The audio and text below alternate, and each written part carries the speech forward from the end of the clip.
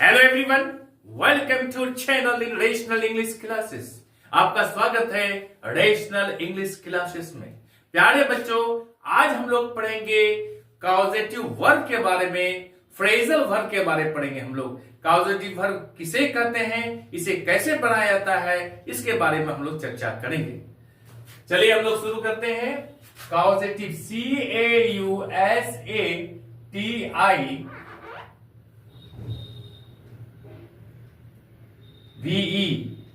Causative verb. Causative verb किसे कहते हैं, इसको हम लोग समझे। प्यारे बच्चों, कॉजेटिव वर्ब को हिंदी में हम लोग प्रेरणार्थक क्रिया कहते हैं। प्रेरणार्थक क्रिया ये वह ट्रांजिटिव वर्ब है जो किसी काम के प्रेरक के अर्थ में प्रयोग होता है, अर्थात काम किसी दूसरे की सहायता से होता है और सब्जेक्ट खुद भी उसमें शामिल रहता है। उसे हम लोग कॉजेटिव वर्ब कहते हैं या प्रेरणार्थक क्रिया कहते हैं। फिर एक बार आप लोग समझ लें, यह वह ट्रांजिटिव वर्ब है जो किसी काम के प्रेरक के अर्थ में प्रयोग होता है। प्रेरक के अर्थ में प्रयोग होता है, अर्थात काम किसी दूसरे की सहायता से होता है, दूसरे की सहायता से होता है, खुद नहीं करता है। और सब्जेक्ट यानी कर्ता स्वयं खुद भी उसमें शामिल रहता है। आप एक उदाहरण के जरिए समझिए। उसने मुझे हंसाया। मैं स्वयं नहीं हंसा, उसने मुझे हंसाया, तब मैंने हंसा। हंसने के काम में हम भी शामिल हैं, लेकिन मैं खुद नहीं हंसा, उसने मुझे हंसाया। यही हुआ प्रेरणार्थक क्रिया। उसने मुझे हंसाया, तो हम लोग अंग्रेजी में क्या बोलेंगे? He made me laugh. उसने मुझे हंसाया। इसका नियम है make oblique made plus object plus infinitive without to. Infinitive without to. Infinitive किसे कहते हैं? प्यारे बच्चों, हम लोग पढ़ चुके हैं लास्ट क्लास में कि इंफिनिटिव के बारे में। जब वर्ब वन के पहले टू का प्रयोग हो तो उसे हम लोग क्या कहेंगे? इंफिनिटिव कहेंगे। उदाहरण के लिए to walk. To walk, walk एक वर्ब है, इनके पहले टू का प्रयोग हुआ है, इसलिए हम लोग इंफिनिटिव विदाउट, ये इसको हम लोग इंफिनिटिव कहेंगे। लेकिन यहां पर इंफिनिटिव विदाउट टू यानी बिना टू के, बगैर टू के यहां पर इंफिनिटिव आएगा। अब उसको हम लोग एग्जांपल के द्वारा समझते हैं। उसने मुझे हंसाया, पास्ट इंडेफिनिट टेंस में है। ही, मेक या मेड में से एक देना है, मेड। ऑब्जेक्ट देना है मी, यहां पर इंफिनिटिव विदाउट देना है, without to, laugh. He made me laugh. उसने मुझे हंसाया, वो मुझे हंसाता है। He makes me laugh. यहां लाफ क्या है? इंफिनिटिव विदाउट टू है, यानी इंफिनिटिव है लेकिन यहां बिना टू के है, टू का प्रयोग यहां नहीं किया गया है। तो ही मेड मी लाफ, उसने मुझे हंसाया। ही मेक्स मी लाफ, वो मुझे हंसाता है। दूसरा सेंटेंस हम लोग दें, रानी उसे रुलाती है। रानी उसे रुलाती है। रानी makes her weep.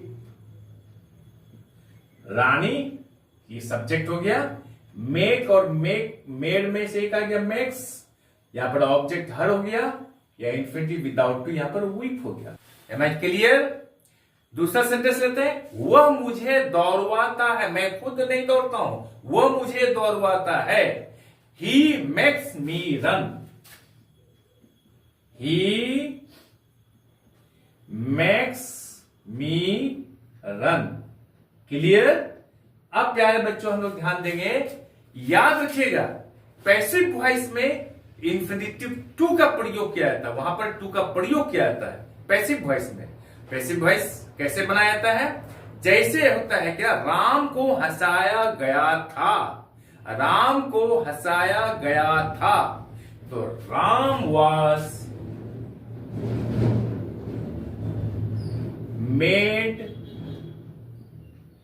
To laugh. यहां पर टू का प्रयोग होगा क्योंकि ये पैसिव वॉइस में है। Ram was made to laugh, Ram को हंसाया गया था। यह स्पष्ट हो गया। अब प्यारे बच्चों हम लोग देखते हैं कि कॉजेटिव सेंटेंस में कुछ ऐसे भी सेंटेंस होते हैं जिसमें काम बिल्कुल दूसरे के द्वारा होता है, काम बिल्कुल दूसरे के द्वारा होता है और सब्जेक्ट उसमें भाग नहीं लेता है बल्कि वह केवल प्रेरणा देता है। जैसे हम लोग बोलते हैं क्या, मैं अपना बाल कटवाता हूं। मैं कोई काम नहीं करता हूं, मैं बैठा हुआ हूं, लेकिन हजाम को मैंने बोला मेरा बाल काट दो, हम लोग बोलते हैं, तो मैं बैठा हुआ हूं। सब्जेक्ट है, कोई काम नहीं करता है, लेकिन मैं प्रेरणा देता हूं उसको कि मेरा बाल काट दो। ये काम दूसरे के द्वारा किया जाता है, तो उसको कैसे बनाएंगे, मैं अपना बाल कटवाता हूं, तो वो बनेगा I get my hair cut. I get my hair cut. इसका नियम क्या है प्यारे बच्चों, ध्यान दीजिएगा। यहां इसका नियम है subject plus get plus object plus verb 3। I get my hair cut. I get my hair cut, मैं अपना बाल कटवाता हूं, यानी मैं अपना बाल कटवाया हूं। प्रेजेंट परफेक्ट टेंस में कैसे बनाएंगे, I have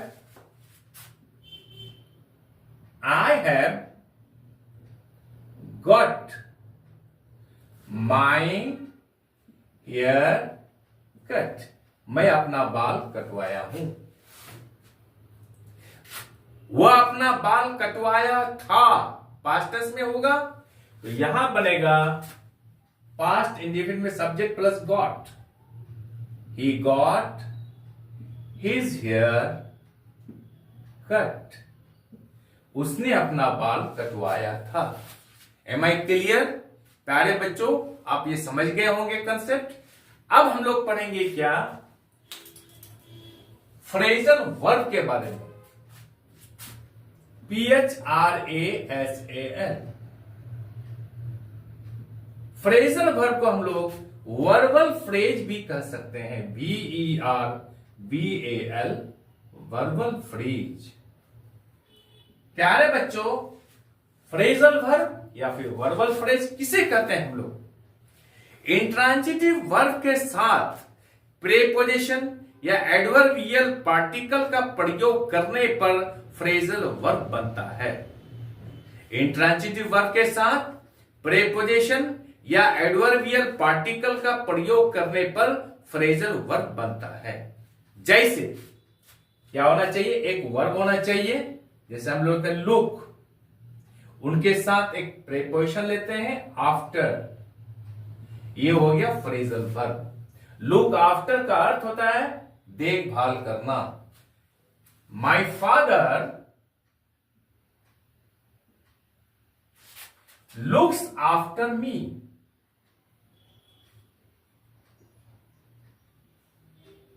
my father looks after me, मेरे पिताजी मेरा देखभाल करते हैं। ठीक उसी तरह से दूसरा सेंटेंस लेते हैं, he gets up at 5 o'clock, he gets up. प्यारे बच्चों, यहां गेट एक वर्ब है, यहां अप का प्रयोग किया गया है। ही गेट्स अप, वो उठता है, जागता है, एट 5 o'clock, 5 बजे, इसका अर्थ वो 5 बजे उठता है।